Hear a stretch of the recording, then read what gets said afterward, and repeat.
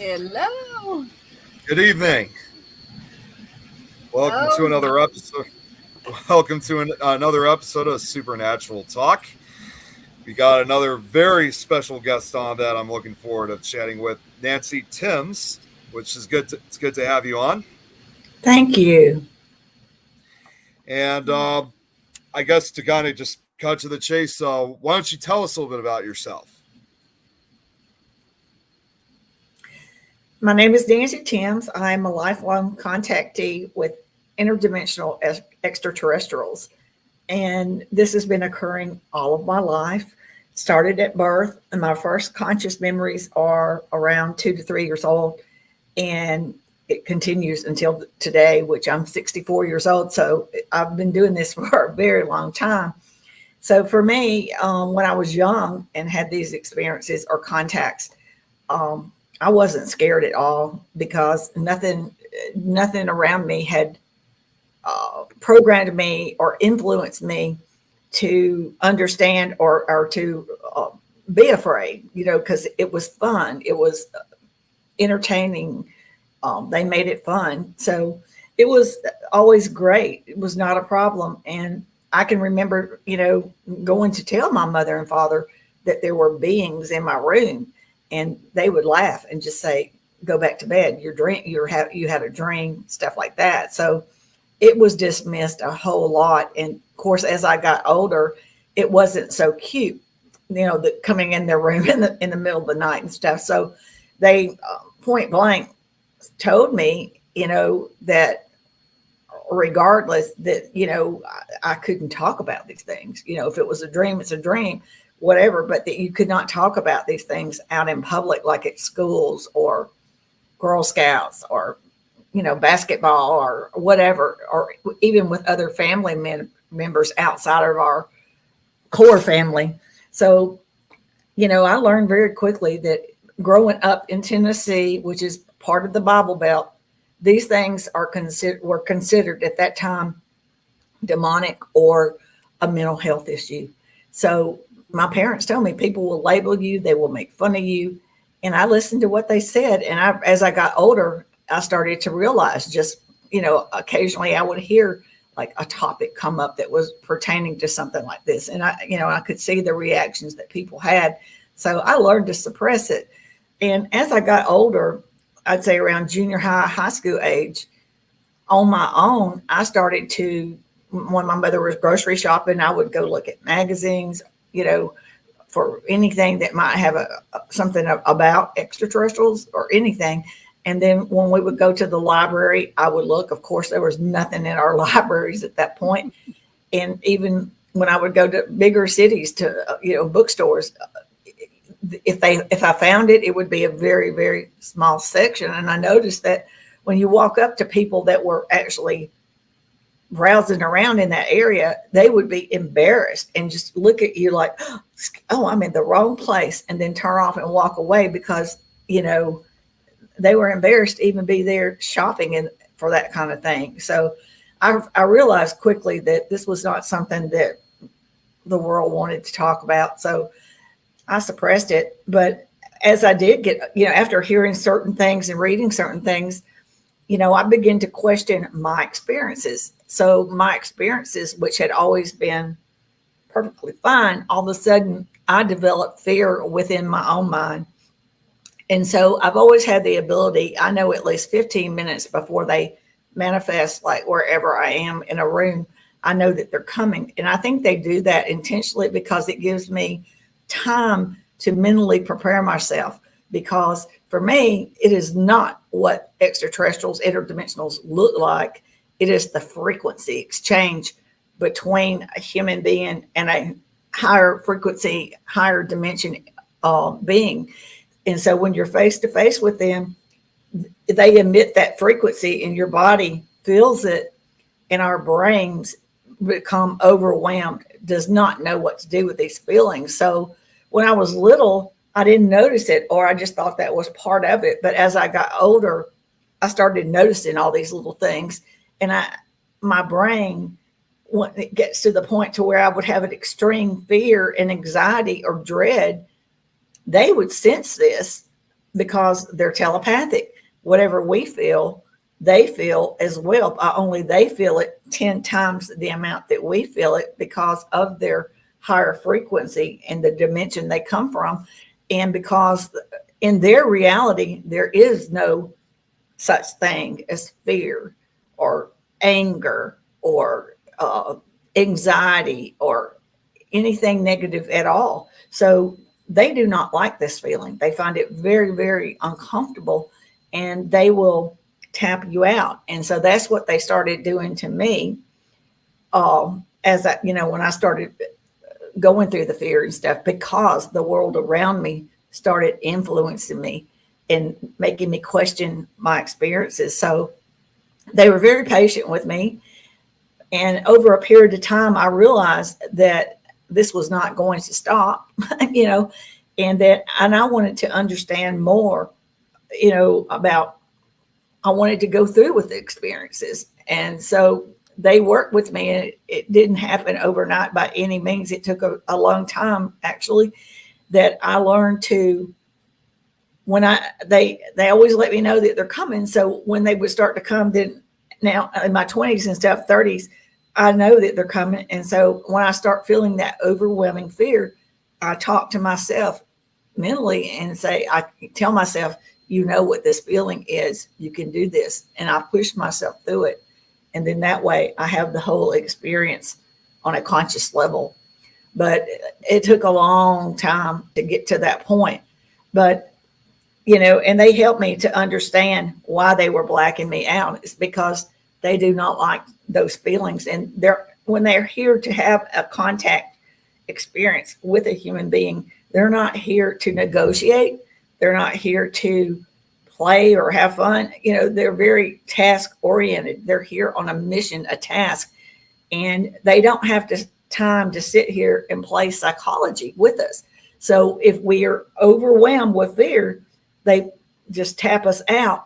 And that's why people have the missing time and the fragmented memories. You hear about this all the time. So I've experienced all that, and I understand.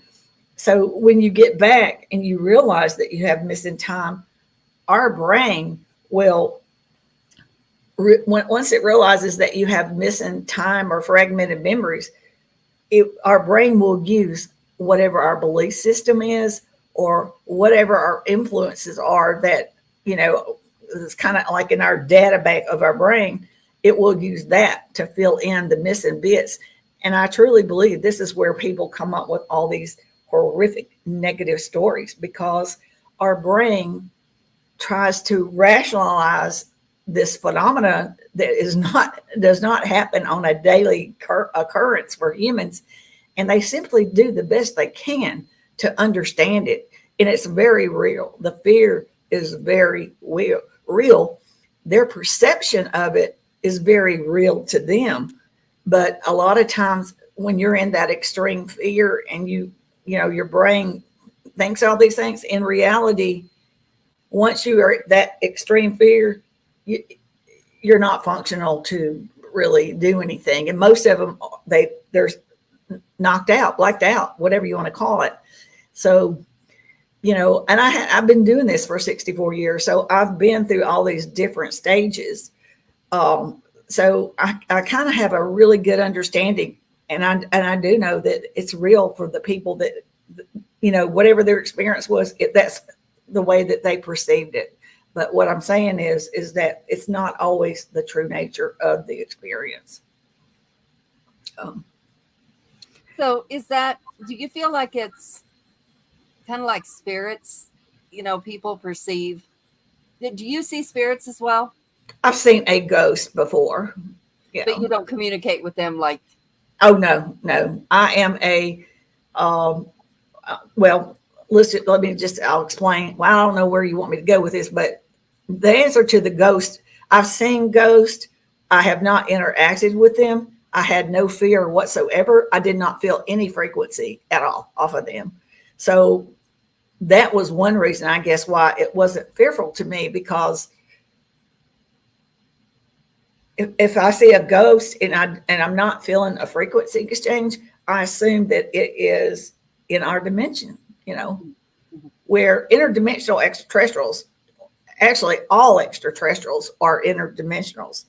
They're not in our realm. They are, that's why we have the frequency exchange, you know. So That's strange because some of us, I can speak to spirits, and you can.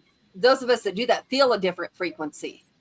It's not a download like it would be for you. It's none of that. But oh, it's not a download. It's face to face, and I've even like touched their hands and touched their face, feel the temperature of their skin. It is because they are from a much higher frequency. They are a billion years ahead of us in evolution, so we're very different. do Yeah. they tell you things like is there a reason they come to you? Yes, it is. When I was 30 years old, I was on a vacation with my ex-husband and with my children. We were at a Marriott hotel at Key West, and they were in opposite beds. And this was a big turning point for me because I felt that they were coming. I raised up in the bed, three little tiny grays that are 3 foot tall appear in the room. They were wearing high collars and robes. And these are not the same three that come from me. These were totally different grays. There's over 60 different races of grays in different colors, different heights, and different facial features. These I had never seen before. They were very short. And when they saw me sitting up, one approached me and pressed me down and telepathically told me, "This is not about you." So then and I realized, oh my goodness, this is my children. They were there for my two sons. So they put me in a sleep paralysis. I was fully conscious, but I could not speak and I could not move. So I saw them get them out of the bed, walk across the ends of the beds, and then they blacked me out and they disappeared. And then I didn't wake up till the following morning, and my children were perfectly fine in the bed. And when I was in the sleep paralysis, I was wanting to grab my husband, but I could not. And he slept through the whole thing. So the next morning I talked to him about it, and we decided that we would just approach the boys and ask them if they had any strange dreams or anything out of the ordinary that they'd like to talk about. And they said no. So we left it alone. But when I got back home, I meditated because this had been happening to me all my life. But I was very, very upset because I thought it was just me. I'd never once had a clue that this was going to include my children. So I wanted to know why. What is the purpose? What is the meaning? Why me? Why my children? I wanted to know because I felt helpless, not being able to do anything. And so I meditated and asked for them to come, and on their own time. I don't claim to be able to call them down or anything out of the ordinary. I'm a energy being just like y'all, having a human experience here on earth. I don't do anything extravagant or anything. So, but they did come on their own time, and it was 3 grays that always come for me. And they are a reddish brown color. They are 4 foot tall. One of them is a female, and I am bonded with her. She has been with me here and always is the one that comes down here. We don't exchange names. They don't use names. She has extreme love for me. I have extreme love for her. And I know now that I'm older that she was with me in my previous life. She's kind of like a guardian, or some people call them handlers. I don't like that word, but she's like a guardian. But anyway, so she took me on a craft and took me before a council or a group of elders. And I asked them, why me? Why did this happen? Why couldn't I go with my children? Why do you want my children, et cetera, et cetera? And they said that I had made an agreement prior to being born on Earth to be part of an evolutionary process for humanity, to help them understand we're not alone in the universe, and to help the world to understand that there's a lot of misinformation and it needs to be cleared up. And also just to, I made an agreement to be part of this process. And at that time, 30 years old, that's pretty much all they told me. They told me that they would be coming to visit me throughout my life to get me prepared for my purpose that I came here for. So that's basically what has happened. But when they told me that, did I understand it? No, I was 30 years old. I had no clue what they were talking about. But because they knew I was confused and, like just in disbelief, they presented me with a blue orb and opened it up. And in the orb, I could see myself as a being, which was, now I know I was an interdimensional being, and I was, for whatever reason, I chose, and I came here to help humanity to go through this evolutionary process that we're going through. So I do know now I was an interdimensional being that chose to come to Earth and have a human experience, and so did my two sons, and they have the same experiences that I have. They get the downloads, the whole 9 yards. They gave my son and I both Kundalini awakenings, which opened up our subconscious into our human consciousness to help us remember our past and to help us to piece in all the experiences to understand the questions that we had, all this time, and to understand it. And also to get me out here doing what I'm doing today, to understand that my downloads are coming for them. I had a problem thinking every time I'd get a download, I'm like, why am I thinking, where did that come from? Because I'm not hearing a sound like it's a person talking in my head or anything like that. It's just all of a sudden you have all this knowledge and information. And I kept saying, am I thinking this? How is this happening? Because, I don't come from a family that was psychic or gifted or anything, so I was questioning.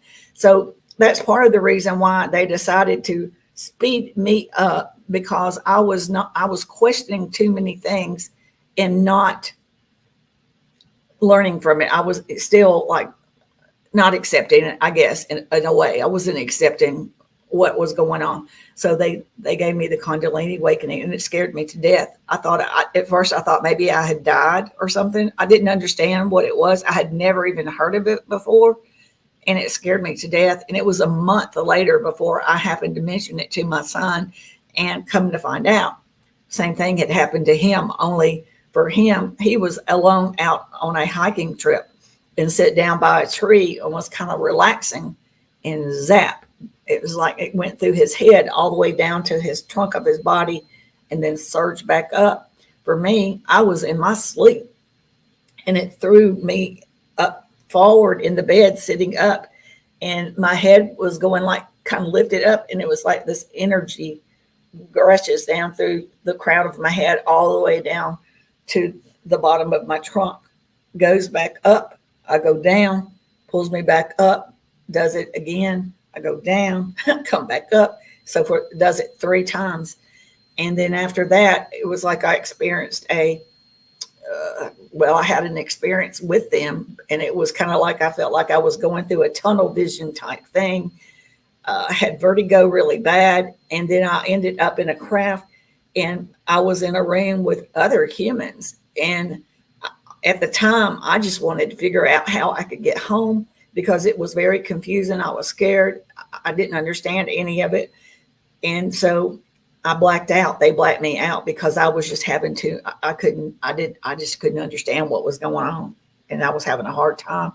So when I was little, they would, when they would come to get me, the female gray, she's always been the one, she would take a handheld device and run it head to toe, toe to head. And if I was in the bed, I would, after a few minutes or a couple of minutes, my body would start to kind of lift up off the bed, and I would look down and see my bed is empty, and I would be holding her hand. And she would take me then by the hand, and we would go up through the ceiling, through a door, or through a window. And I can remember seeing storage boxes up in our attic, Christmas decorations, and the the inside of our attics were unfinished, so it was like the insulation and the unfinished like plaque floors, that were just plaques for set stuff on, unfinished attic. So, and I remember asking her, well, how are you doing this? And she never answered me. But now that I've had all this and I'm older and I do have face to face, I've always had face to face interactions, except for the times that they were knocking me out when I had extreme fear. They explained to me that humans are at a very low frequency. They are at a much higher frequency. And that device was elevating my frequency to match their frequency.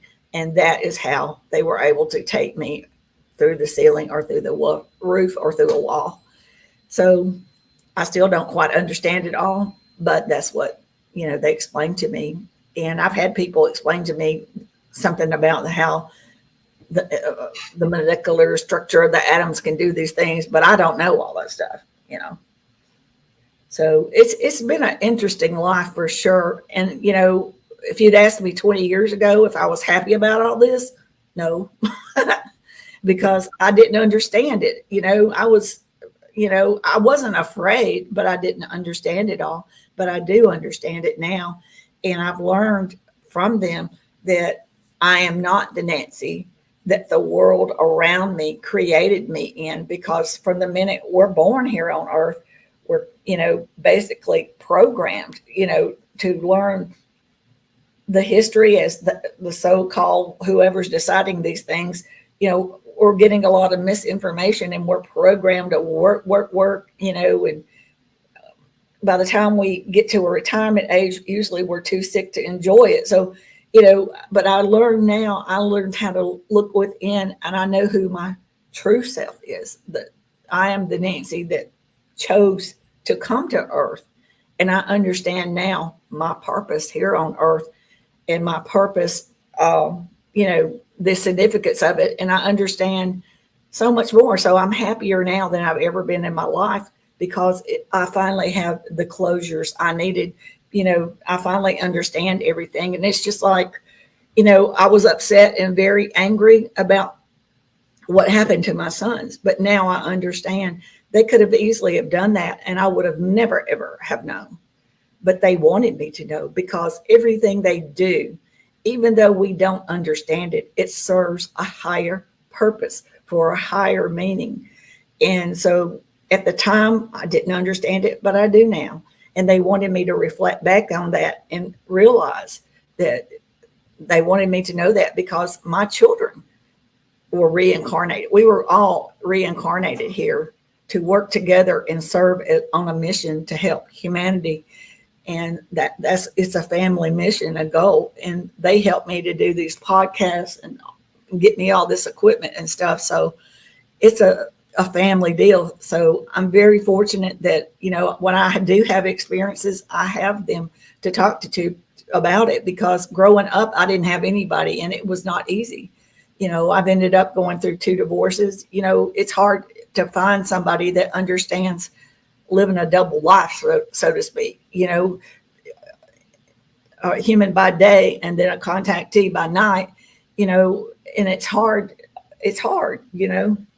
and I did learn, though, to learn to balance it, to where not let one take over the priority, because being here on earth with my grandchildren, my children, a sister, a daughter, all these things are just as important as the other. And they want me to feel that way.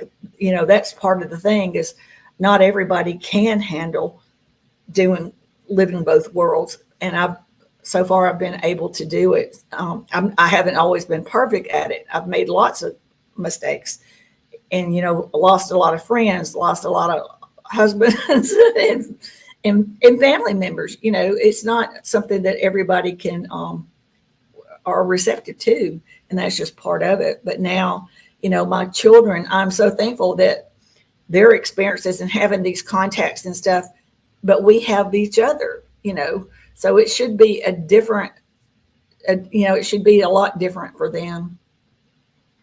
Do you think, have you been told that we are a different species, or do we get to reincarnate when we're gone?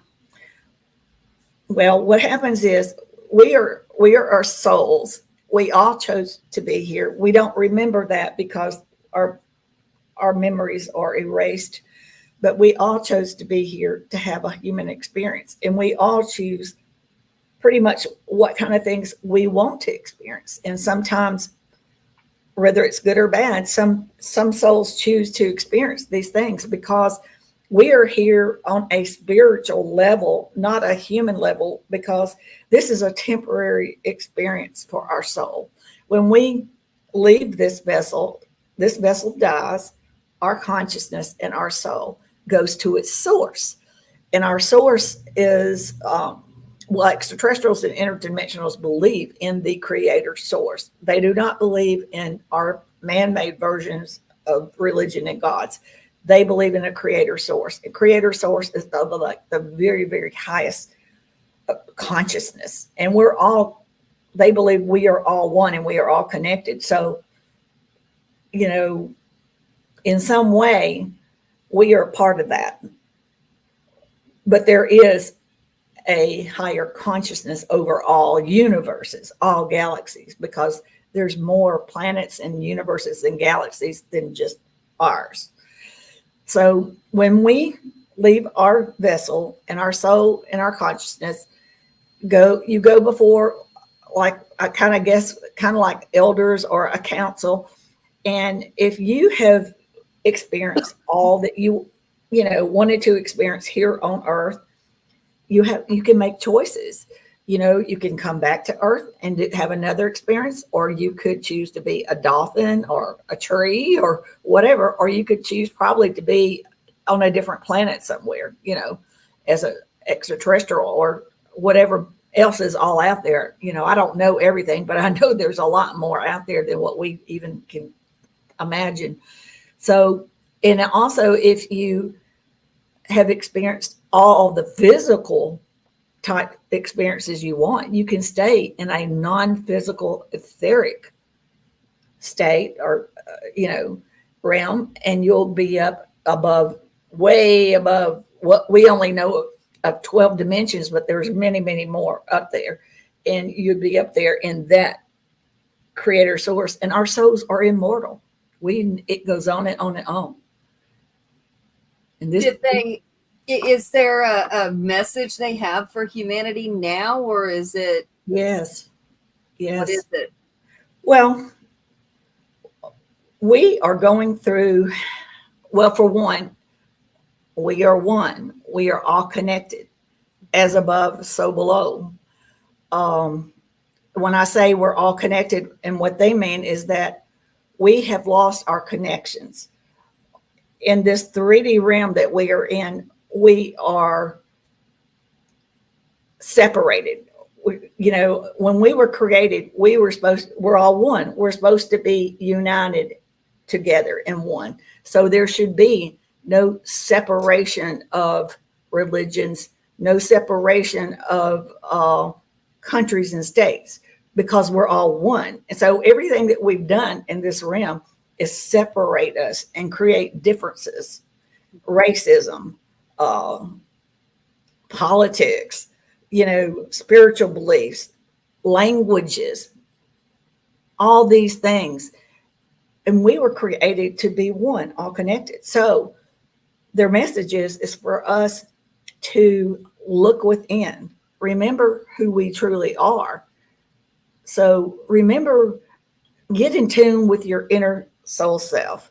Look within, because we all chose to be here, and we all don't remember it, but we all knew before we got here that this was the biggest thing that was going to happen on planet Earth.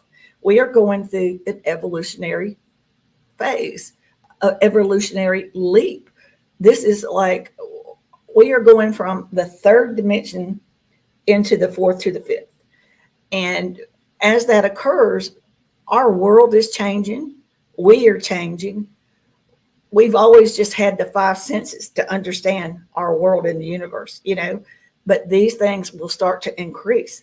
Our visual range is going to increase. What only some of us have seen in the extraterrestrial ufology world and the paranormal world, more people are going to start to see these things. So, and these things will not happen overnight. It cannot be done like night and day. This is a worldwide phenomenon. This is all of humanity, all across the world.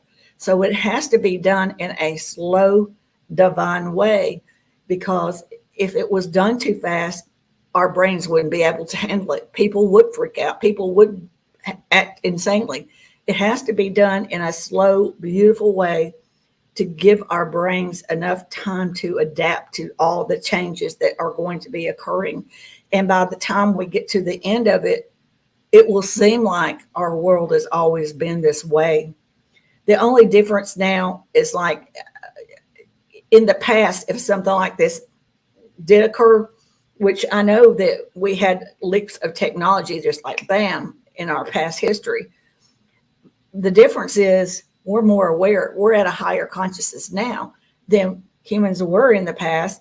So we're we enough of us realize that things are changing. We're becoming more intelligent. We're becoming more aware. We're becoming more understanding. And the way they explain it to me is that, how people always say, well, there's too much negativity in the world. There's no way that could ever change. Here's what they say to me: be patient. Let evolution run its course.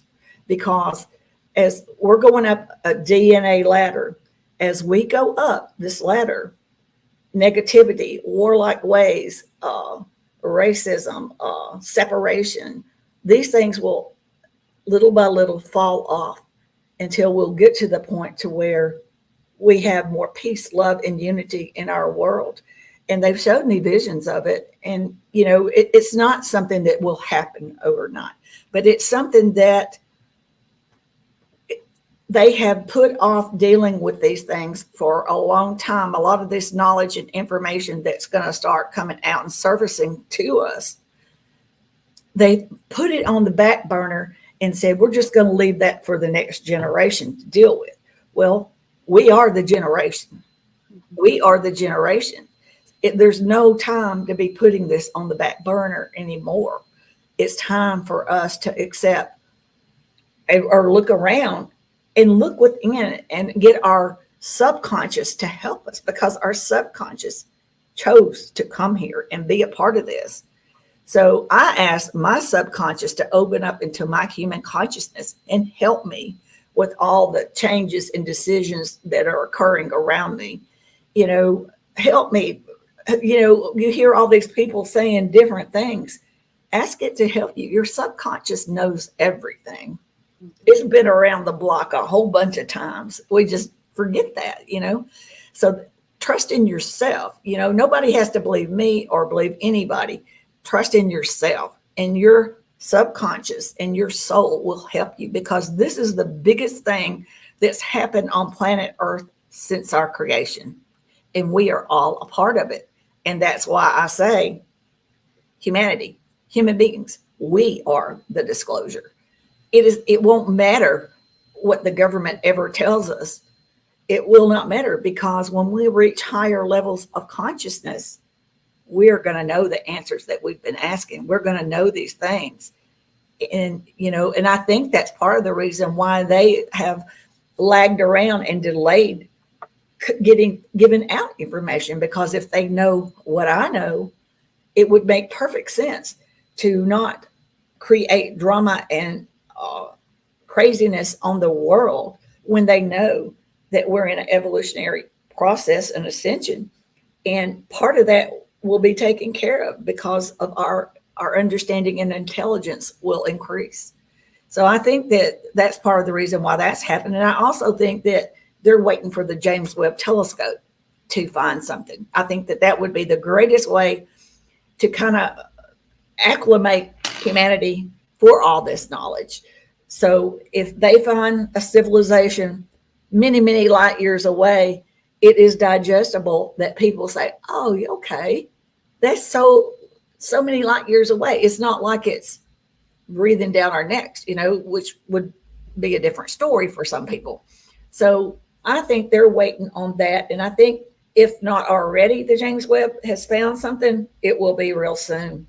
So it is a process that has to be done in a way because we are all a part of this. This is changing our life, our world, our planet.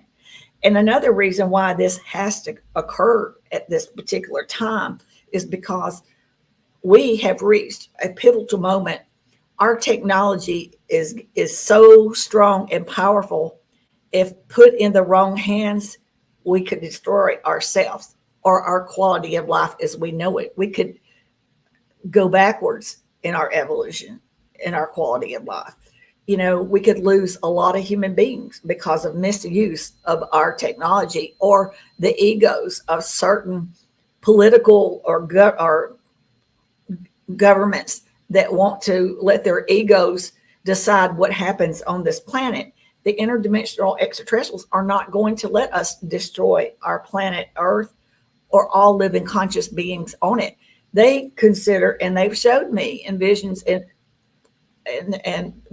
actually took me out into the woods and showed me trees communicating, plants communicating. There's life going on all around us in our own 3D world. We cannot see it because it's out of our visual range. So they want us to understand that we think that we are the top dog or the top of the food chain, whatever power, the most intelligent things on this planet Earth. But everything on our planet, our Earth is a living conscious being. Our coral reefs, our mountains, our air, our water, our trees, insects, animals, everything. And they are not going to let us destroy our planet or the innocent bystanders, such as our environment and all the animals and all the indigenous people and all the human beings that live a lifestyle and don't even know, have a clue what our technology could do to the world. So this is pivotal because if we don't ascend and come up with a better way of thinking and a new way of living and become more positive and start seeing the beautiful things in our lives and not so much dwell on the negative, because the negative has been programmed into us, to prevent us from ever having a ascension or evolution, because that is the way these human elite dark forces control us and manipulate us. And they control our population, and they put toxins in our air, our food, our water, etc. Have us using pharmaceutical drugs that are synthetics that our bodies aren't really responding well to. Because when we were created, everything we ever needed in a plant or mineral or plant, flower, whatever, was put here at our creation to help us, sustain us forever. There are cures for everything that was placed here for us. We should have no poverty. We should have no diseases. We should not be using fossil fuels. They have been sitting on technology for eons because these people that are humans that are in power cannot make money off of intelligent, healthy human beings. So they keep us dumbed down, keep our pineal glands shrunk down because they do not want us to reach this ascension. So that's what they want us to know. It's a lot. Now, we got a question here from Tom McNicholas. He was asking, do you see more portals opening up for us to see things clearly? I don't use things like that. I know that they use some kind of teleport system for me now.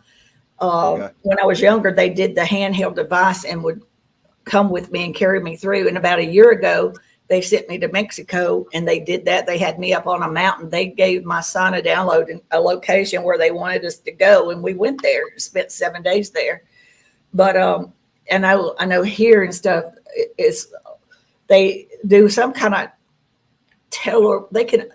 They are a billion years ahead of us. We make the mistake here on Earth of trying to humanize them. There is no humanizing these beings. They are not human, and they do not have any human ways at all. So we think about, I don't even like to use the word teleport because that's a human word. But whatever they do, I know that it puts me in extreme vertigo. And a lot of times they'll black me out because it's like, how when you're little, you would start spinning around, and you spin around so much that when you stop, you'd be like, that's the way I feel.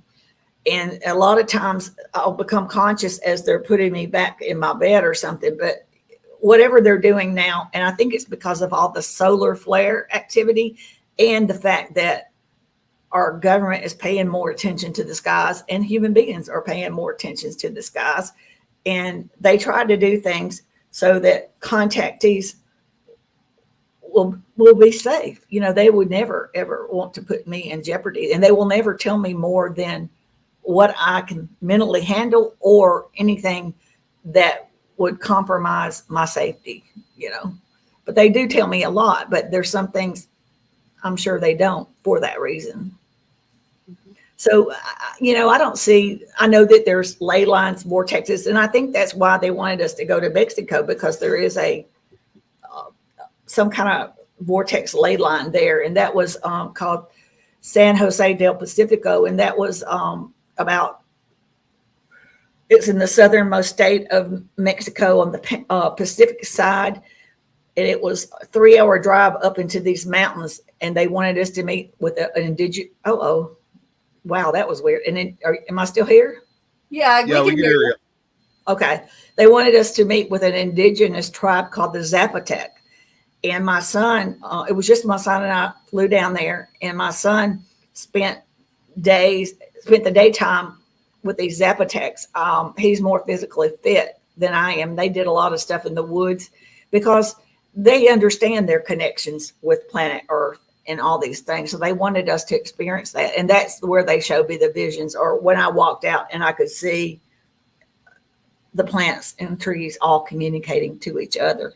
So, yeah, I don't think we'll totally ever understand how they do things. I can give you an example. In our reality, our technology, I'm talking to you on my laptop. You are talking to me on your computers. So our technology is a separate entity, right? It's something we have to carry with us. In their reality, their consciousness is their technology. In other words, there is no separate entity. And they are not AI. They are biological beings, but they have evolved billions of years ahead of us. And they use their consciousness to travel, to manifest whatever they want. Our physics does not apply. Really, nothing here on Earth applies, and they certainly don't need anything from Earth. I mean, they can manifest anything they want, and there's plenty of stuff out there. They don't, they were here before we were ever created. So they've just been watching us and waiting for us to get to this level of frequency, a higher level of frequency, to push through the third dimension and become higher consciousness, so that we will finally understand worldwide, not just you and I talking, because we know they are not gods, they are not angels. But a lot of people in the world, they have to be, their frequency has to raise up so that they understand, So that's why these things can't happen quickly. That's interesting on the, I guess. So they told us, we said that we wanted to come here. I can see me doing that because I like to be in the big bang of things, but I'm just one of those front and center and think I can change the world and realize, no, I can't. But no, it's not one individual. It is a collective of unity. It's human beings raising our frequency as much as we can on the planet. It doesn't even have to be everybody. It just has to be the majority or a certain amount that will cross us over into the next dimension. Not humans are not perfect. Nobody's ever going to be perfect. Yeah. We know that. They know that, So it's not about that, but they do ask that we look within and understand who we are, because we're very, very unique. We have lots of things in our DNA. A lot of times I used to refer to it as junk DNA. It is not junk DNA. There's certain things that have been suppressed in our DNA by these toxins and stuff that are now going to start to activate. And there's nothing anybody can do about it. And once you raise your frequency and start becoming a higher frequency, it feels really good. The best thing I can compare it to is like these people that go running for long periods of time because they love that adrenaline rush feeling that they get. Raising your frequency feels good. Your body responds and rewards you, and it feels really good. And once you raise your frequency and you feel good, you'll find that you will not like being around negative people. It doesn't mean you don't love them, but you're going to tend to not be around them because they're going to try to, that will drain your energy, your energy, and people will recognize that certain people bring them down and they'll just simply walk away. And it's just like what we watch on TV. Eventually, when you realize that the TV is making you upset because of all the negative, and a lot of it's not even real news, it's fake news. But when you realize that it's changing you, which is it's intentionally done to do, you'll get to the point to where you won't watch it anymore. Yeah. I don't turn it on. I don't either. And there's a reason for that, because we don't like negative lies and propaganda, blah, blah, blah. That's a part of the programming that can only occur in our 3D realm. So the best case scenario is for us to reach ascension. Yeah. And we won't be perfect, but we will be better versions of ourselves. I wonder why they are saving this world. I mean, because we are one. We are all connected. As above, so below. Everything that happens on our planet affects them. Right. Yeah. Yeah. So I actually did want to ask, and this was actually in regards to when you were talking earlier about because you mentioned about 3 particular beings that you came in contact with, including the female one. Would you consider these 3 individuals to be the leaders of this whole thing, or would you Absolutely just say that not? No. Oh, okay. There's over 60 different races of grays.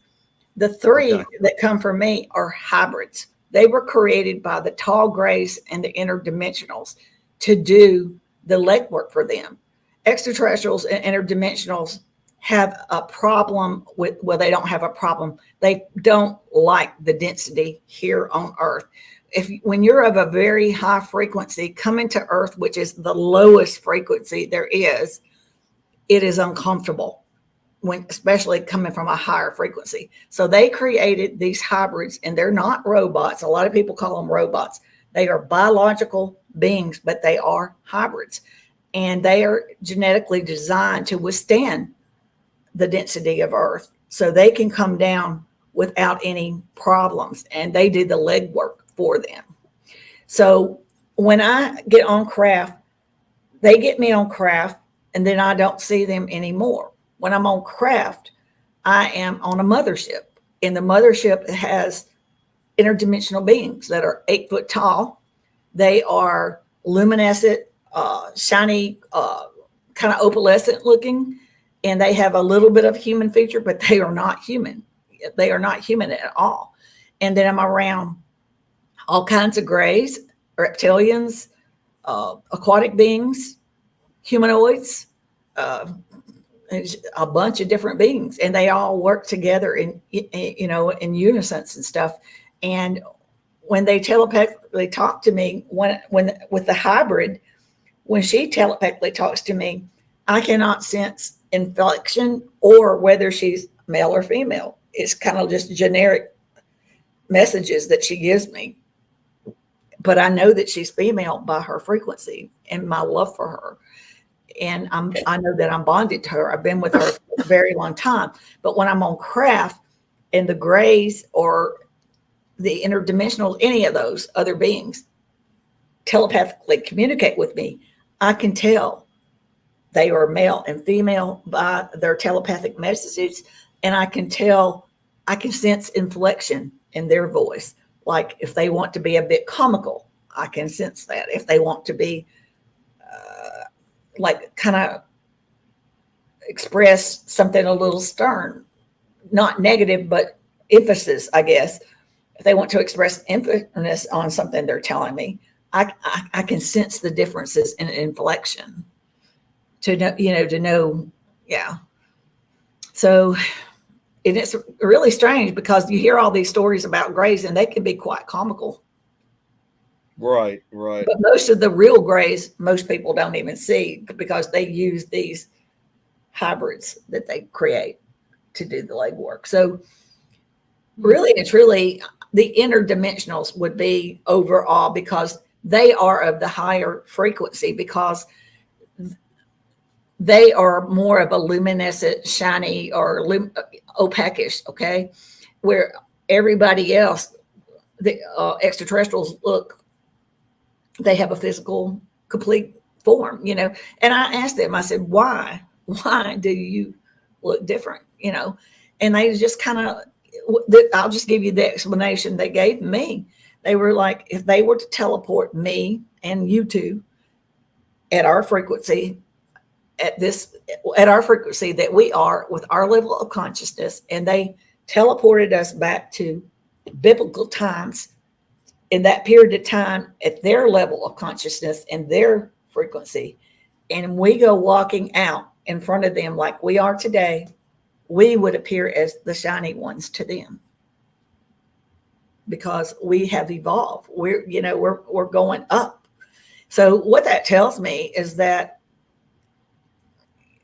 through evolution, I guess there's certain changes or whatever, but that's how we can, there's a lot of dimensions up there.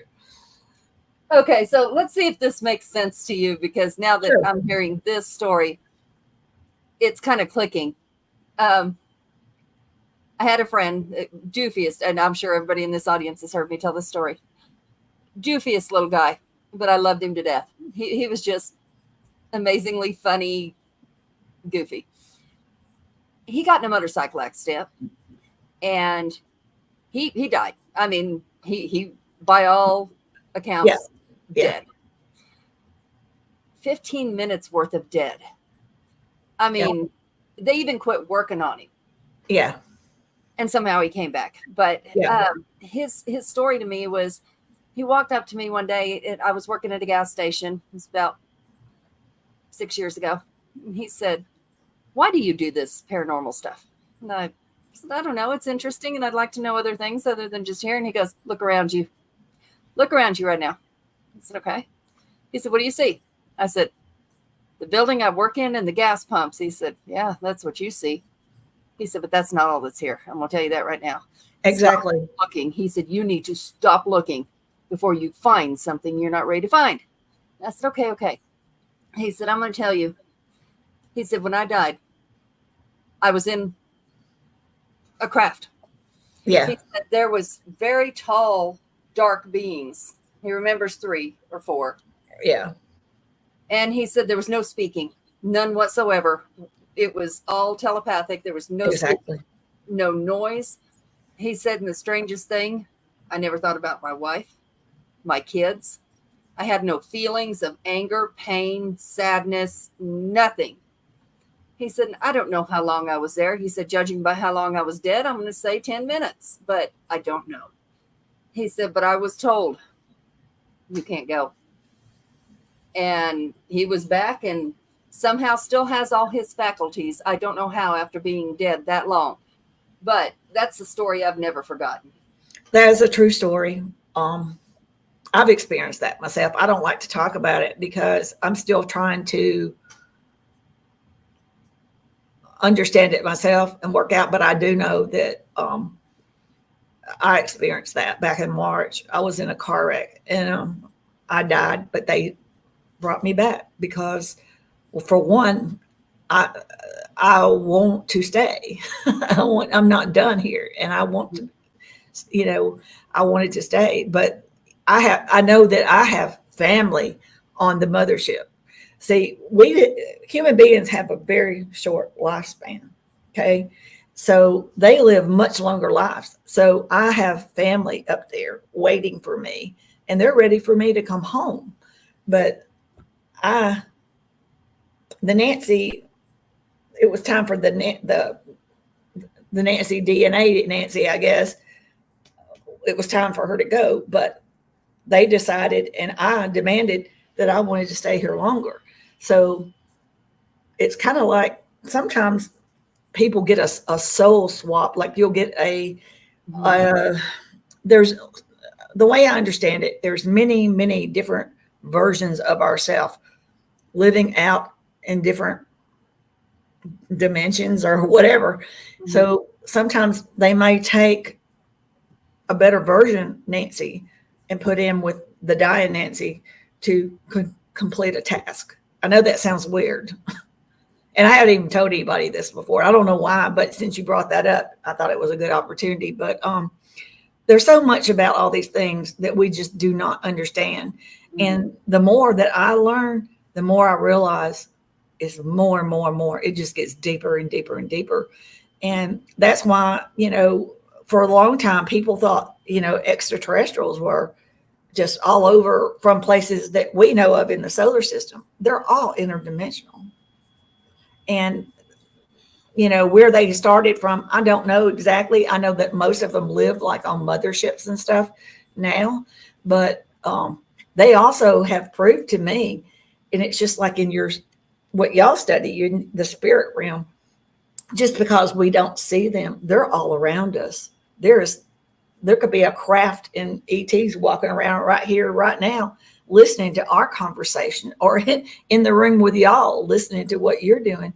And they proved this to me by demonstrating with like clocks, like to get my attention, they'll take the clock and run it to 4 o'clock. And when I finally realize that the clock is not right, and I'll watch it, and then they'll do it 2 or 3 times to let me know, to prove to me that, for one, they know everything I say and everything I do, and that there's life and things going on all around us. And people don't understand. Dimensions are not physical places or locations. It is higher levels of consciousness. And being in our 3D negative realm, we are just limited to what we can visually see. Even animals and things can see things that we can't see. Mm-hmm. And that's why, so we're going to start realizing who we are, how unique we are, our true origins, and understand the reincarnation and our souls much better. People will eventually learn not to be scared of death. Death is not the end of us. It is the beginning of a new experience. We are immortal. It goes on. So what will happen is that we will start to enjoy our human experience more. And that's why this ascension and evolution has to occur, because we have never been free. We've never been free since the minute we're born. We're given Social Security numbers. We are in a programmed world where we work, slave over jobs, and we don't even get to enjoy our families. We don't even have jobs that we even love to do. Mm-hmm. We're a slave to a system. These things need to change. These things can't change overnight, but we have to start now. And we are the generation that came to Earth to make these changes. We're going to be known in history as the stepping stones for future generations of the human experience. And they're not here to take over or control us. They are 1 billion years ahead of us. If they wanted to do that, it would have already happened. They have simply been waiting for us to reach this pivotal moment, and we have, and they are here to assist us, because we have all these horror stories about AI. They've showed me visions where we can take AI and use it to the betterment of humanity. It will not take away all jobs. It will create new jobs that people love to do. In the future, we won't even call them jobs. It'll be more like service to self, service to family, service to community. And we will work less hours and spend more time with our family and enjoy our planet. And we'll use AI to generate a lot of the things we need. But like I said, it cannot happen overnight, but we have to start somewhere, and the time is now. A lot of things have happened. I think more, looking back on history, I think more has happened in our lifetime Oh, absolutely. than in any, well, history that we know. Exactly. Yeah. And, a lot of people that talk about abductions, they are real. They experience something, but what they don't realize is that their soul made contracts before they came to Earth to be part of this program too. And they see it as all horrible and bad, but that is from the negative programming that we receive on this planet. When they're blacked out, their brain will pull whatever is in their belief system or in their brain, their library up there, and they think that that's the experience they had. And there's nothing wrong with that. That's totally human. I mean, that's just part of being human. There's nothing wrong with that, and the reason why they allowed that to occur is because they knew, just like we're figuring out now, we are going through an evolutionary process, and what we didn't understand 20 or 10 years or even 5 years ago, it will all come together. We will understand and be able to, most of these questions that we want to know from the government are going to be answered from our intelligence and just information coming out. I know that sounds weird, but it's, that's why I'm here, is to help the world and to let the world know that we have everything in the world to hope for, but we need to be more positive about how we live our lives. We can become happier, healthier human beings there's nothing wrong with being a happier individual and raising your frequency, because it also reaches out. When we raise our frequency, it reaches out to the people around us. They feel it. It encourages them to be better humans, and we will have less sickness, less death, less depression, etc., anxiety, because all those things stem from all this negative ways that we've been programmed into. So a lot of people that end up in doing horrible criminal things, some of them are basically not bad humans, but the society or their way where they're living has pushed them into these things. So, I'm not saying that everybody's the case for everybody. I don't know everything. I don't pretend to, but I do know that we can be pushed. You can push somebody so far, they're going to bend, Yeah. And I think that our world needs to change. We have to change. Yeah. And that's a lot like, what you were talking about, people that are so negative and sometimes, not sometimes, you can walk by them and know. They don't have to talk to you. They don't have to. It's like, no, I don't want anything to do with this person. Yeah. You just don't. Yeah. Oh, I see that vibe all the time, so I know exactly what you mean by that. Yeah. Yeah. Yeah. But, there's also these people that say that some of us are going to ascend and the rest are going to get carried off somewhere else. That's not true. I do know that we are all on a different spiritual path. We all wake up at different times, so that's understandable. And we have to respect the people, not just, they'll eventually get to it or they will be left behind. So they'll have to choose to change if they want to be a part of the world or be around their family. But, it's not, none of these horrible, scary stories that people come up with. They're trying to humanize or dramatize these things. And a lot of people make up these things for movies because it sells, it makes money, or books or whatever, but it's not that hard to understand. We're just experiencing something miraculous right now, and we're all a part of it. And that's why I say we are the disclosure, because it's all of us waking up. It's not just a few of us, it's all of us all across the world. And that's the difference between what's occurring now than anything ever, because nothing like this has occurred since our creation. And I think this, of course, I'm one track. And so when I hear, I study Yeah. the paranormal in the spirit world and have tried to learn everything I can there. So when I hear something different, I try to learn, you know, where somebody's coming from and you know, things like that. But Yeah.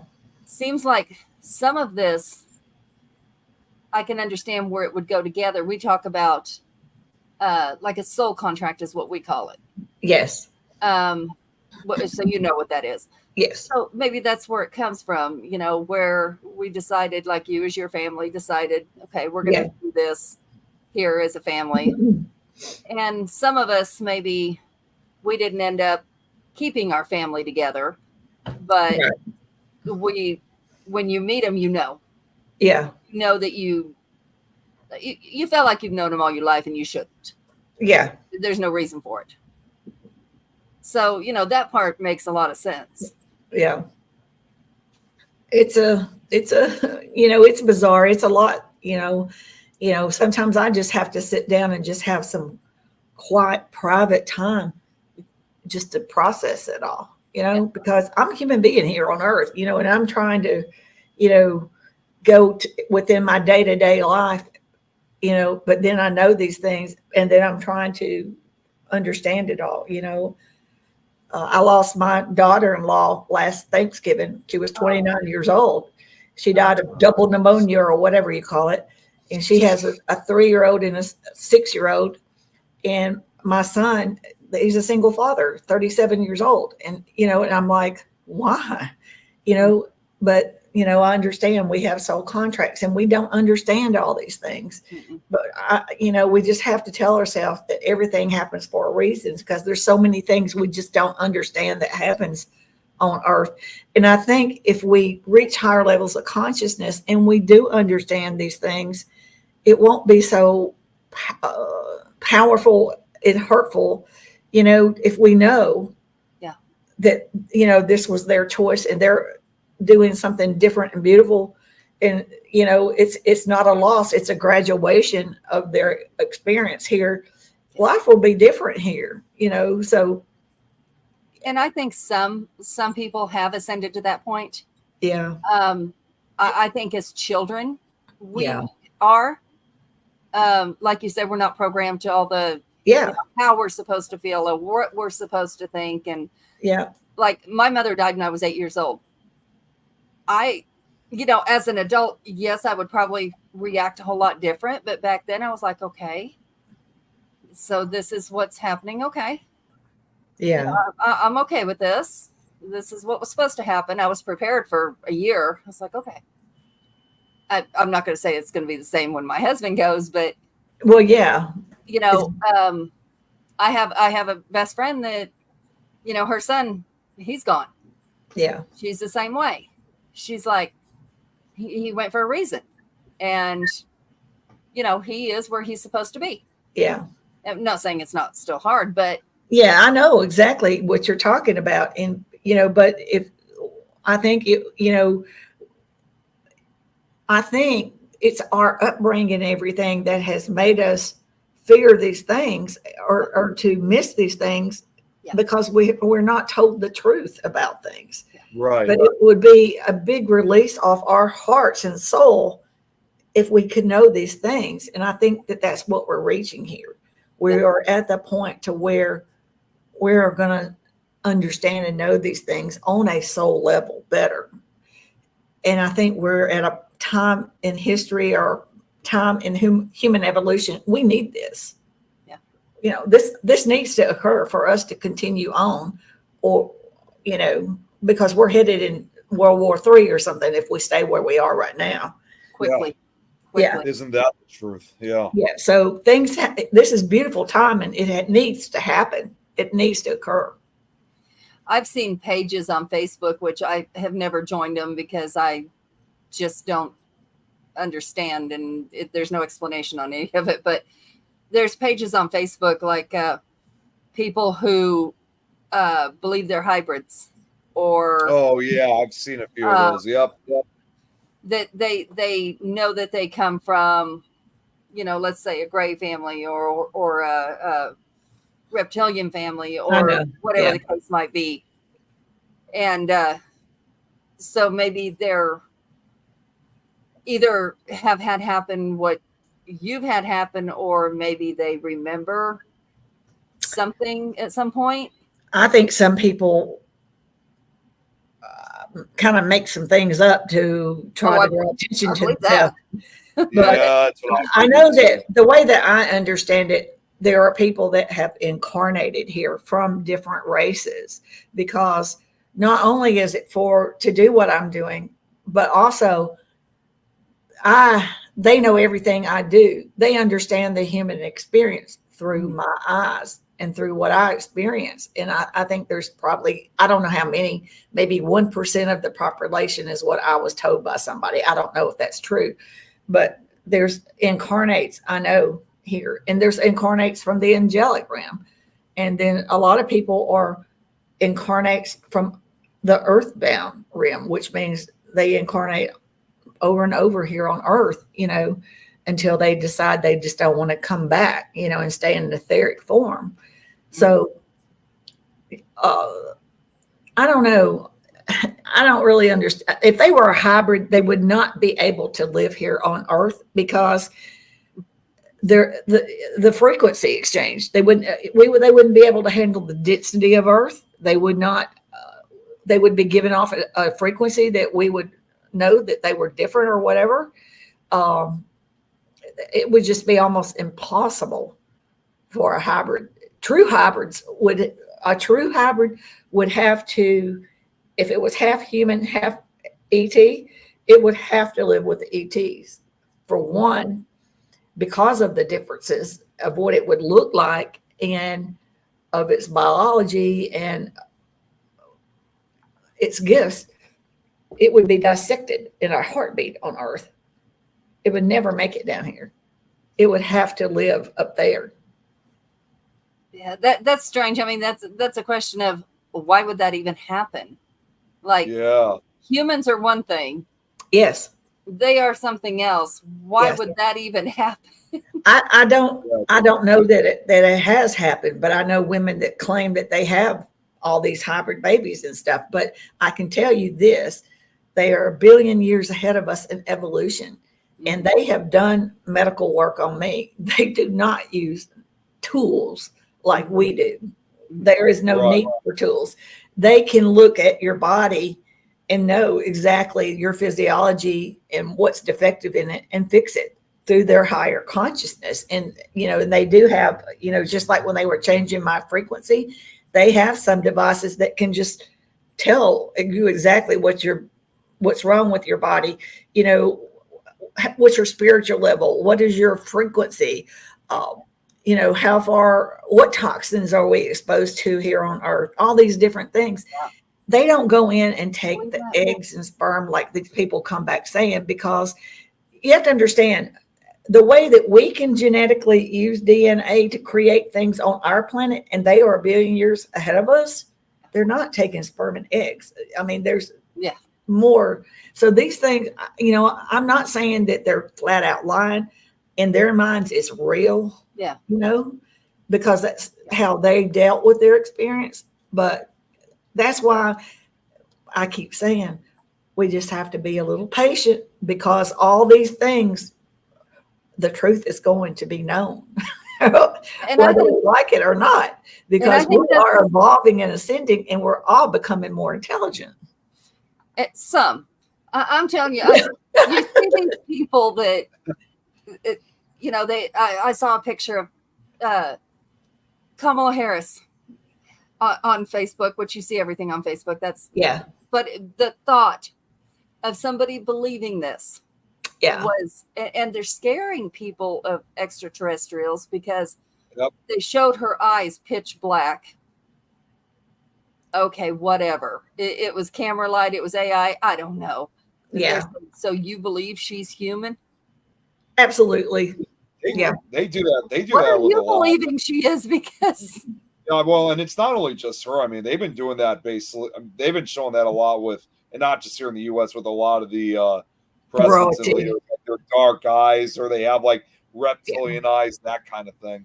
Yeah, I don't believe any of that. I don't. I've met a reptilian before. I've met some reptilians, and they are not They have no interest in human beings whatsoever. And, you hear all these horror stories about eating humans or stealing souls, Yeah. cattle mutilations, all these things. For example, the Greys and reptilians, they're just like the reptoids here on Earth. Or, I can't even talk all of a sudden. So they make a paste of nutrients and they rub it into their skin and it's absorbed in. And then the way they excrete it, it comes back out through their skin. They do not eat meat. They're basically, I would even say vegetarian, because it's all nutrients, minerals and nutrients. And they do not eat like we eat 3 times a day. I don't, but some people eat 3 times a day.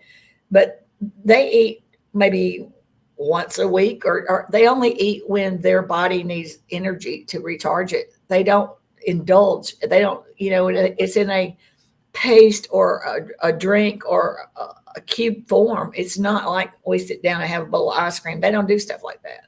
Yeah. We do it for pleasure. I mean, yes, exactly. But yes, exactly. And they don't see, even the humanoids, they don't eat like, they don't do that.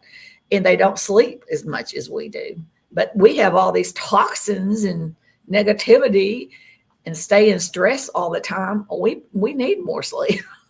We don't even realize we are. I mean, there's times you'll wake up and go, I mean, I have to, when I wake up in the morning, this is something new I've started in the last year or so, but I've realized that I wake up in the morning going, God, I have to do this. Not got to do this. Yeah. Got to.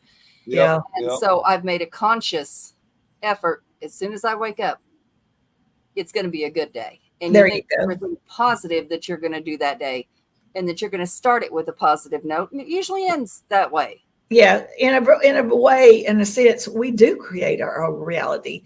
If you have positive thoughts, it is like a magnet. More positive things are drawn to you. If you're a negative person and only think negative and say negative, more, it's like a magnet too. It will increase in your life. So there's nothing good about negativity or anything of that nature. So no, not at all. I have, which Nick knows her, most people in the audience here know her, but my friend is like, she's constantly like, bubbly and some people are just fake bubbly and you just want to go, shut up. Yeah, it's like, be real for a minute, please. Just be yourself. Yeah. But she's like this. I mean, just like you can get energy off of her. Yeah. Just by being around her. And that's what most people should strive to be like. I do. Exactly. I strive to be that way. It's not that hard to do even. It's just a new way of thinking. And understand we're going to naturally have negative thoughts. I mean, we've been programmed to be like this. So when I have when I have a negative thought, I replace it with 2 positive thoughts, because I know that that's what my first response is going to be, because I'm programmed to think that way. But I also know I know better now, so I change it. Yeah. Or you get stuck in it for a day or so. Yeah, that can happen. Yeah, I think everybody has that happen. I mean, we're human. We're not perfect. We'll never be perfect, but we can try to be a better version of ourselves. Yeah. Mm-hmm. Right. Yeah, and I think that's something a lot of people need to hear. I mean, I don't care how people rationalize, whatever higher power there is, however they want to put that. I think that it is the same power that we all are looking at the same power, but just in different perspectives. Yeah. Because we're on a lower consciousness intelligence level, and we haven't experienced, we evolve every day. We are exposed to more things. We are changing.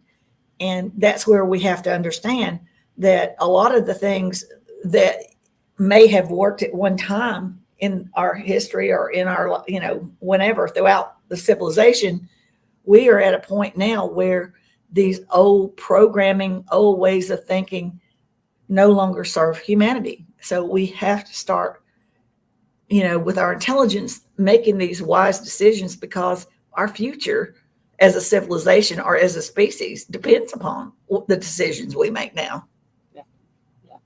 You know, I don't absolutely. know that I would choose to come back here that's again, what everybody says. Yeah, yeah. unless, of course, I thought I could make a difference. I'd come back as a dolphin.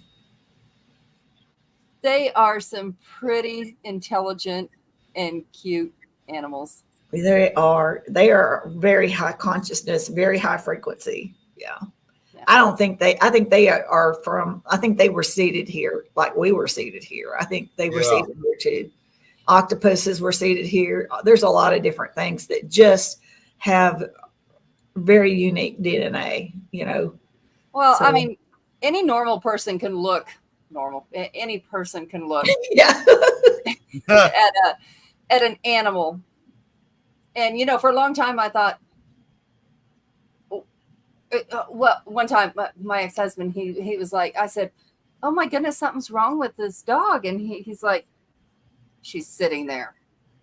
I said, "No, she's like, something's wrong. She's bad. Something's wrong." He said, "She's a dog." I said, "You can't see? You can't look at her and see that something's wrong?" He said, "No." Then I started asking people, and they're like, "Well, some said, yeah, I can read an animal," and others were like, "No, it's an animal." And so the more I study that, I'm like, some of us can communicate with an animal. Yes. And I thought everybody could. And others just see an animal. So they have so much higher conscious than we do, even insects. Right. That's right. And, and I think our awareness is going to start to increase. So you'll hear more and more that people are communicating with their animals and stuff. I hope so, because these people are just ugly too. I know that. It's terrible. It is, but that's why I say it has to occur because we have to change. We have to. Yeah, my dad was a veterinarian growing up. And I remember walking home from school. It's my first experience with an animal because we weren't allowed to have any. And there was this dog. Okay. Had my backpack around its neck, the little shoulder part. Took it home. My grandma goes, she calls my dad. And I heard her panicking. And I'm like, what is going on? I'm sitting outside with it. Yeah. He shows up and he said, "Get away from that animal." What did I do? Oh, jeez. He said, "Get away from that animal right now." I said, "It's sweet. It's fine." I'm like in 6th grade. Yeah. He says, "That is not a dog. Get away right now." About that time, the zoo pulls up. Oh, my goodness. We were half a mile from the zoo. It was the leader of the pack of wolves. Oh, wow. Oh, jeez. And that's amazing. the zookeeper, my dad was like, he spoke Bulgarian, and he's yelling at me in Bulgarian. Yeah. And he said, the zookeeper goes, "Wait, it's comfortable with her." Yeah. And he said, "I don't care. I want her away from it." And I said, "Can I walk it to the truck? Yeah. Let me put it in." And I went to put it in, and it panicked. And I said, "Okay."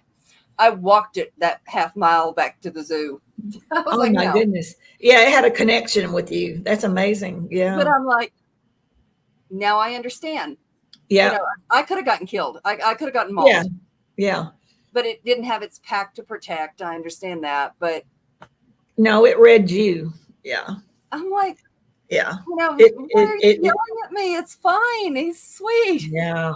But I can understand how they were scared though. Yeah. Yeah. Of course, we'd go to the zoo and it would never come back up to me. It was back in its pack and that was fine. But right. I was always upset. Why won't it come see me? It was fine earlier.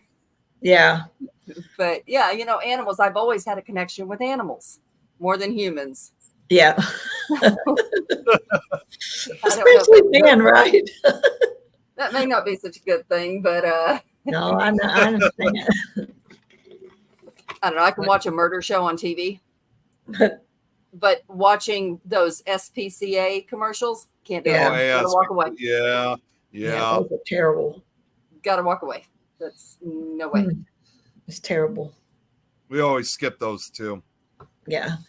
Well, sometimes those things are done to instill fear and negativity, because that's how they keep us separated. That's upset. true. But to Yeah. hurt an animal to do that because they're shaking, they're scared. There's a reason they're scared. Right. That just.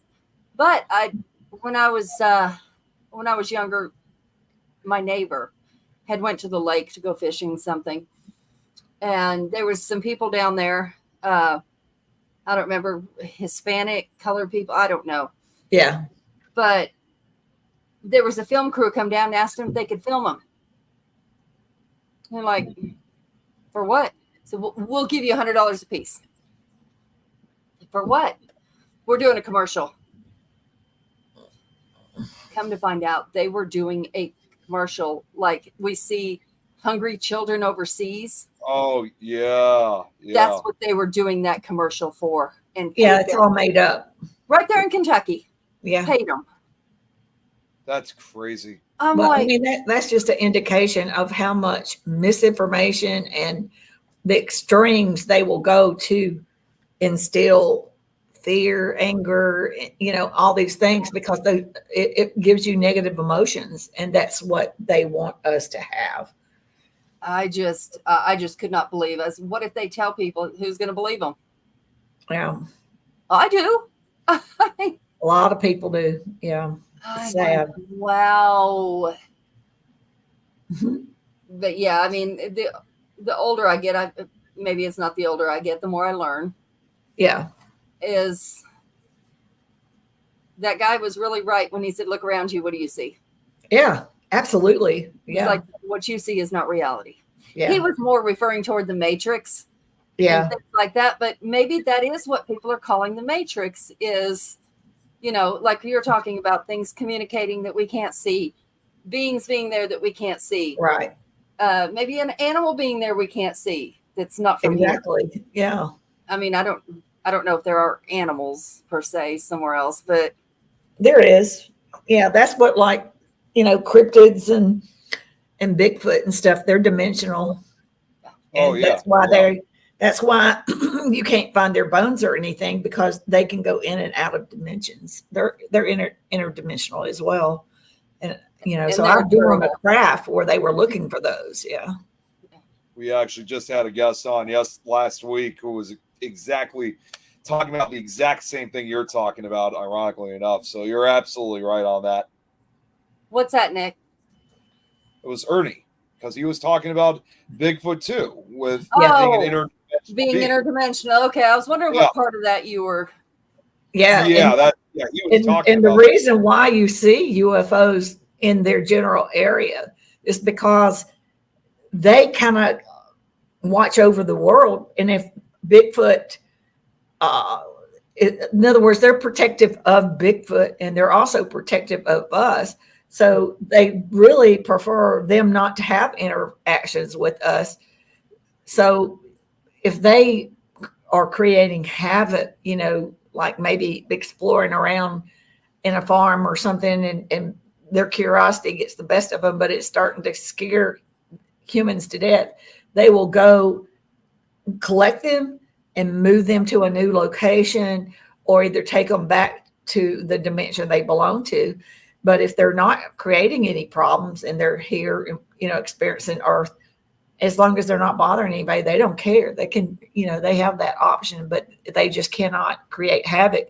And a lot of times they will move them because humans are getting a little aggressive in trying to see them and understand them. And they're fearful of what will happen with that interaction, or what humans might do, like dissect them, or, who knows what they might do, cut an ear off, so they'll, they're trying to keep balance on our planet. And a lot of people don't even realize that, all the stuff that they do for us, I think most humans would shoot them to be able to get the DNA to say, I got it, to be the first one to say they got it.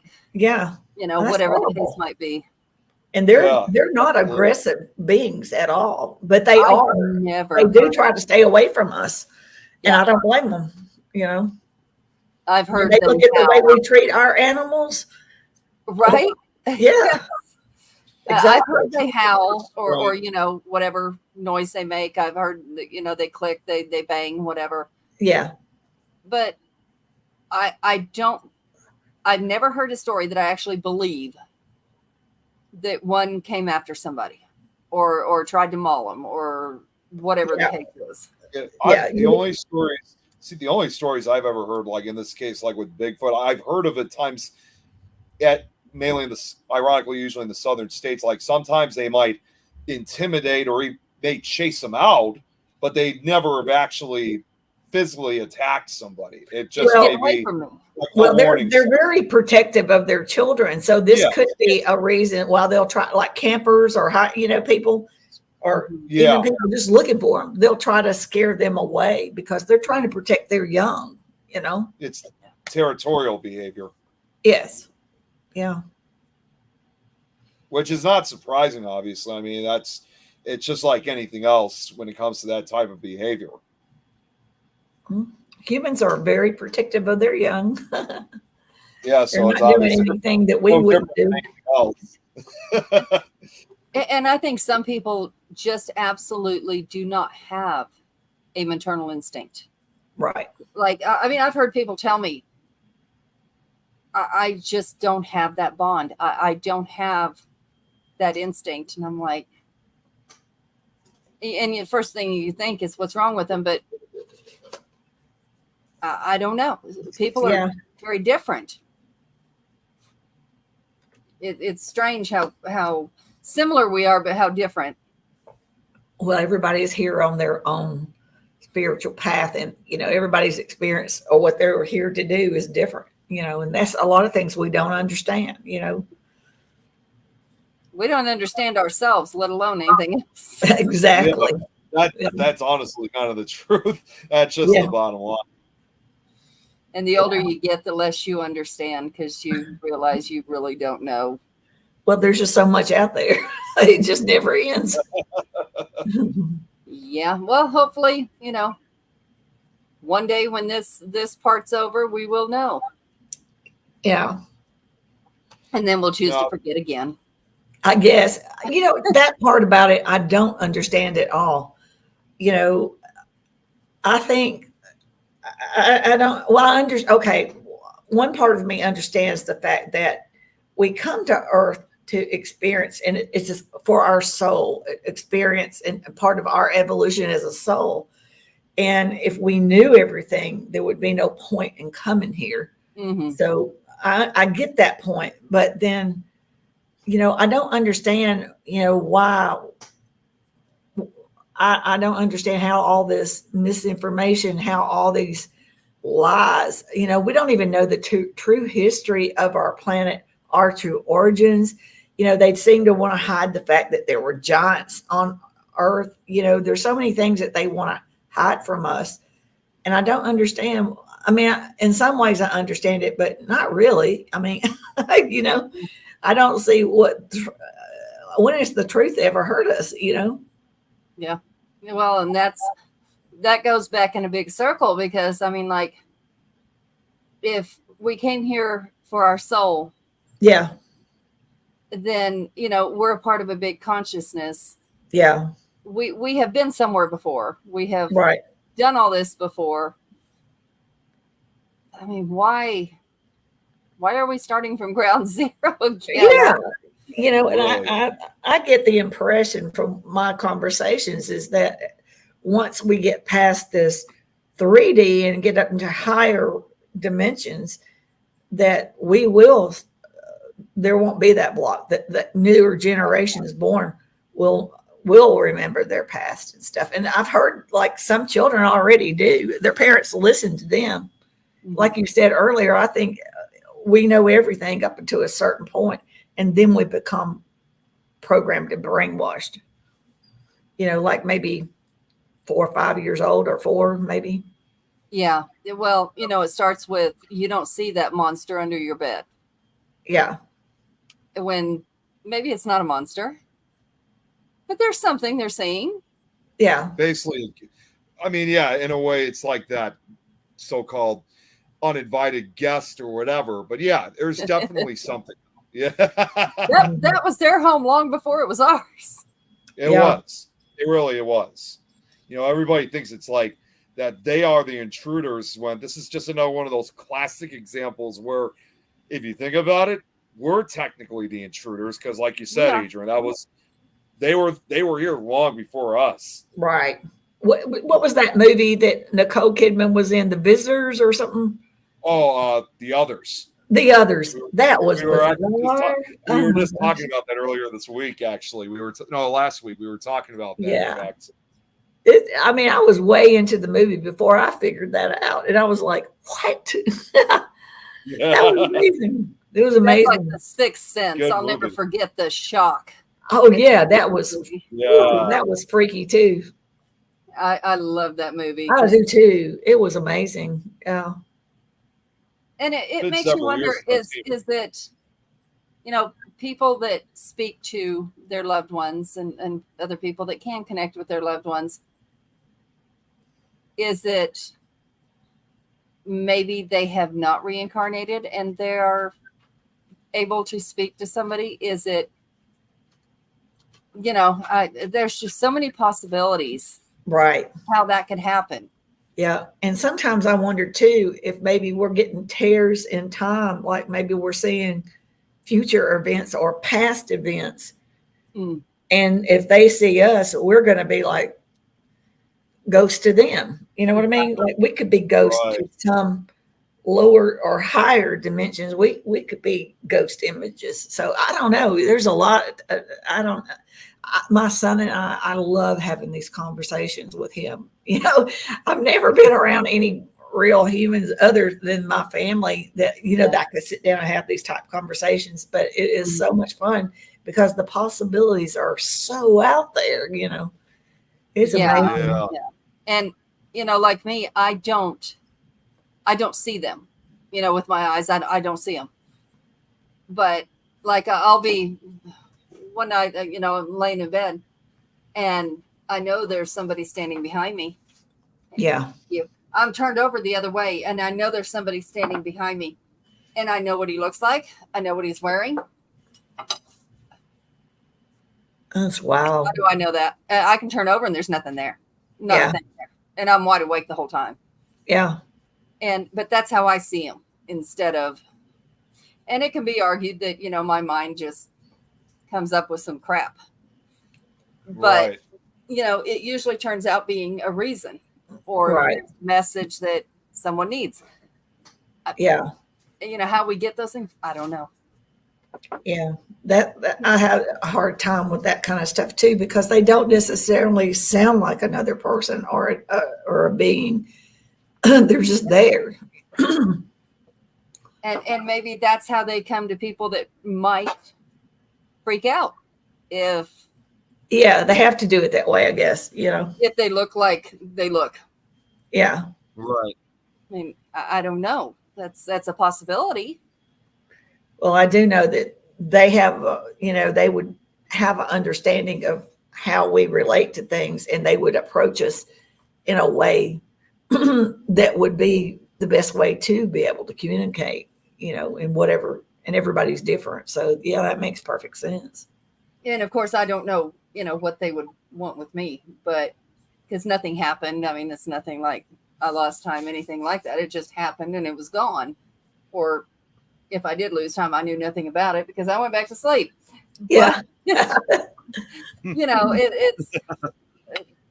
it's so many different things that it could be that nobody really knows what it really is.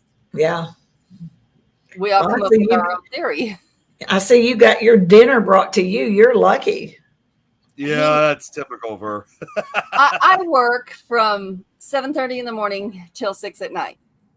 So usually as soon as I get off, I'm in there cooking dinner every night. Well, on Thursdays, he cooks for me. So how sweet. Yeah. He is amazing. He really is. He works the same hours I do. Yeah. But yeah, he's pretty awesome. There's not a show that we can play back that I'm not eating. Yeah. Yeah. Well, I think there was one that you didn't eat, but for the most part, yeah. Oh, we remember the one. Okay. All right. Just stating a fact. Yeah. Yeah. I don't remember the one, but okay. I'm glad somebody does. I guess I spoke too much. Yeah. You might have kept her from eating. Yeah. Yeah. You never know. Pork chops, broccoli and carrots, fried potatoes, and a roll. Oh my That God. sounds good. Yeah. None of it of which I need. Not a one of it. You need some of it. Except maybe the veggies. Yeah. The veggies, I mean, it's good protein. Yeah. I've been doing shakes in the morning, and they keep you full for quite a while if you do like, protein and strawberries. And I've been doing cashew milk with it. Yeah. I like the oat milk. I have not tried that. As a matter of fact, until now, I haven't tried much of any of it because I'm like, whatever. Well, when I looked at the scale about a week ago, I'm like, this cannot keep happening. Yeah. We can't keep doing this. Yeah. It's better to eat healthy. And That's get exactly this what I've weight been off doing, too. because joints Yeah. hurt. Me too. Yeah, you've been on a weight loss journey for a while, huh, Nick?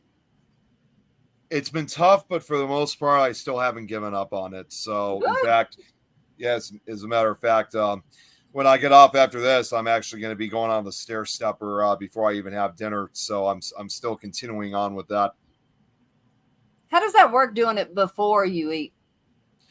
It's not only are you burning calories, but in a way, see, it's something my mom taught me. It's something basically, in a way, it's like you're preventing more calories being added before you eat. And Okay. it's a little bit hard to describe, but it's always best to do that anyway, because whether or not you're eating something healthy or unhealthy, you're also because you have all that strength, it's also kind of preventing that weight from coming back on. It's again, it's a little hard to describe. I think also because you have a better chance of exercising, you don't get as tired as to when. That's true. I don't want to get up and go do nothing after I eat. Because now you got all this. Now you got this extra weight in your stomach, so it makes a lot more sense. Yeah. Sure. My son fasts for like 24 hours. He'll fast. I don't know if I could do that. I'd be sick. Yeah. Sorry, I was just sending. I just got a message from Jeremy that unfortunately we only got about 7 minutes left. All right. Before we have to end things, because we got next show coming up. Sure, I understand. It's time. She's made me hungry anyway. No, Jeremy. I'm gonna go look for a pork chop. I cannot do a liquid diet. No, Jeremy. Oh, I didn't see that. No. Quick liquid. I don't know if I could do that either. Liquid diet. I like to incorporate soups and stuff like that. I think that helps. Yeah. In the summer, it's a little harder to do Yeah. that. 'Cause it's so hot. Yeah. And Yeah. of course, hot flashes do not help that situation whatsoever. Right. But, like grilled cheese and tomato soup, I had that the other day. Yeah, that's good. Yeah, you can get creative with your cheeses and stuff. Oh, yeah. I love, what is it people call stinky cheeses, not the Parmesan. Yep. Yeah, I like Gouda. Oh, I do good as too. good. Mm-hmm. So do I. Feta in water. The That's block good. feta. Yeah, I love that on my salad by itself with grapes. yeah, that sounds delicious. My dad being Bulgarian, that's yogurt, that cheese, and grapes Oh, was a constant. yeah. And of course, what did they call that? I want to say vodka, and it's not. Schnapps. It's kind of like that. It's a licorice smell taste. Oh, I know what you're talking about. Ouzo. Yes. Oh, that stuff's horrible. Oh, It reminds me of cough syrup. I still remember that smell. I never drank it, but that smell. And I it's love bad. licorice. Yeah. Whoops. Well, I want to thank y'all for having me on the show. I appreciate it. I could not get my messages out without people like you. So I hope you know how much I appreciate it. Well, we loved having you on. We love learning new things and new perspectives. Yes. Thank Yeah, you so much. this really taught me a lot. I mean, like I've heard of a few things like this before, but I haven't really Yeah. heard as frequently or as much. I mean, it's really, Yeah. there was actually something I wanted to just throw out real quick since we only got a Sure. few minutes.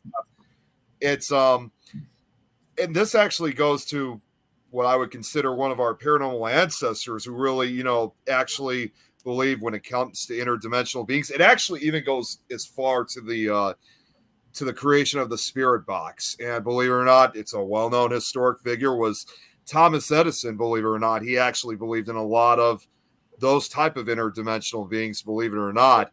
And Right. when you mentioned about, like, for example, like that there's different versions of us in different dimensions and whatnot, Yeah.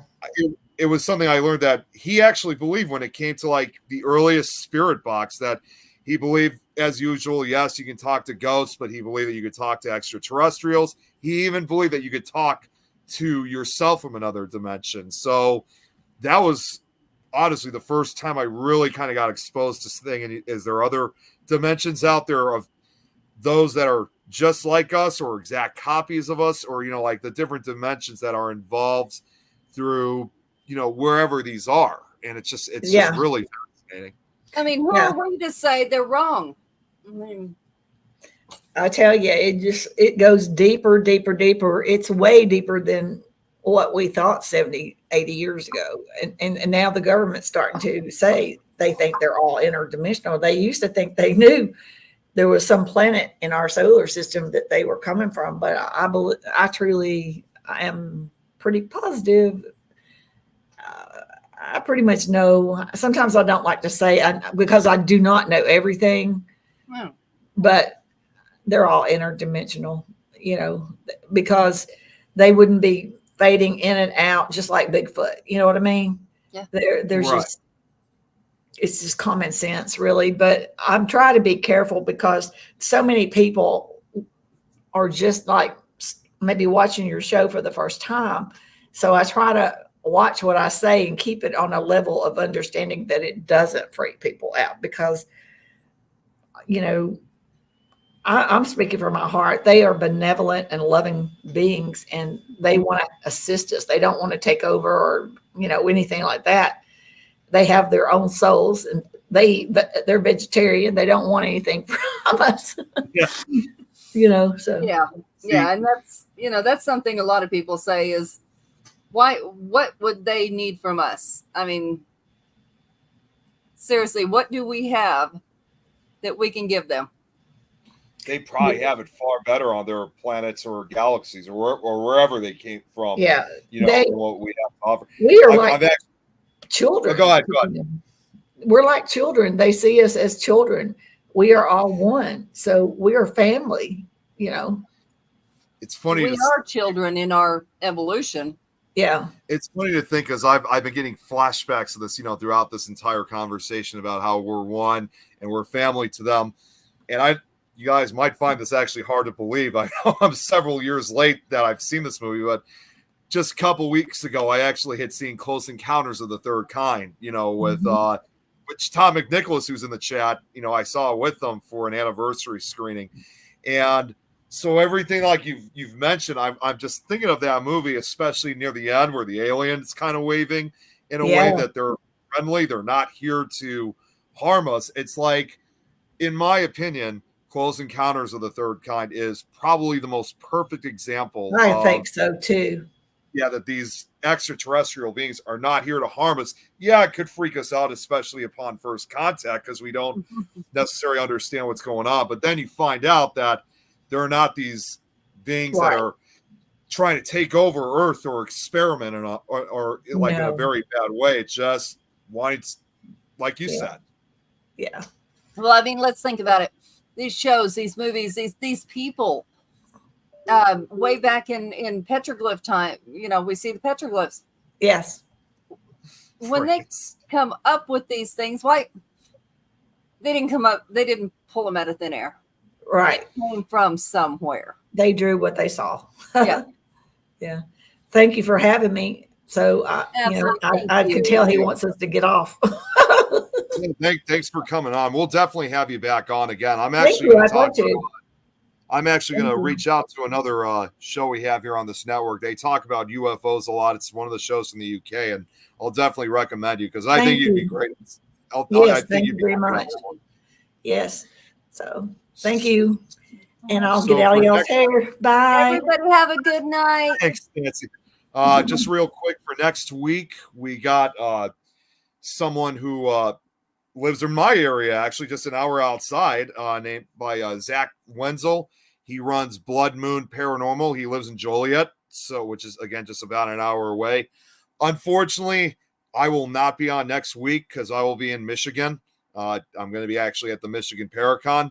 So Adrian, I know we were kind of talking a little bit. So Adrian's going to take over along with Jan for next week, but it should be. Maybe I'll try and pop on just to say hi to Zach since he's basically a neighbor of mine. And I've met him personally in the past. Just mind your business. We got this. Well, no, just wanted to just come in and say hi. That's all. But I know you guys got this. I know you do. So, but anyways, we're going to get off here. Everyone, thanks for tuning in and hanging out.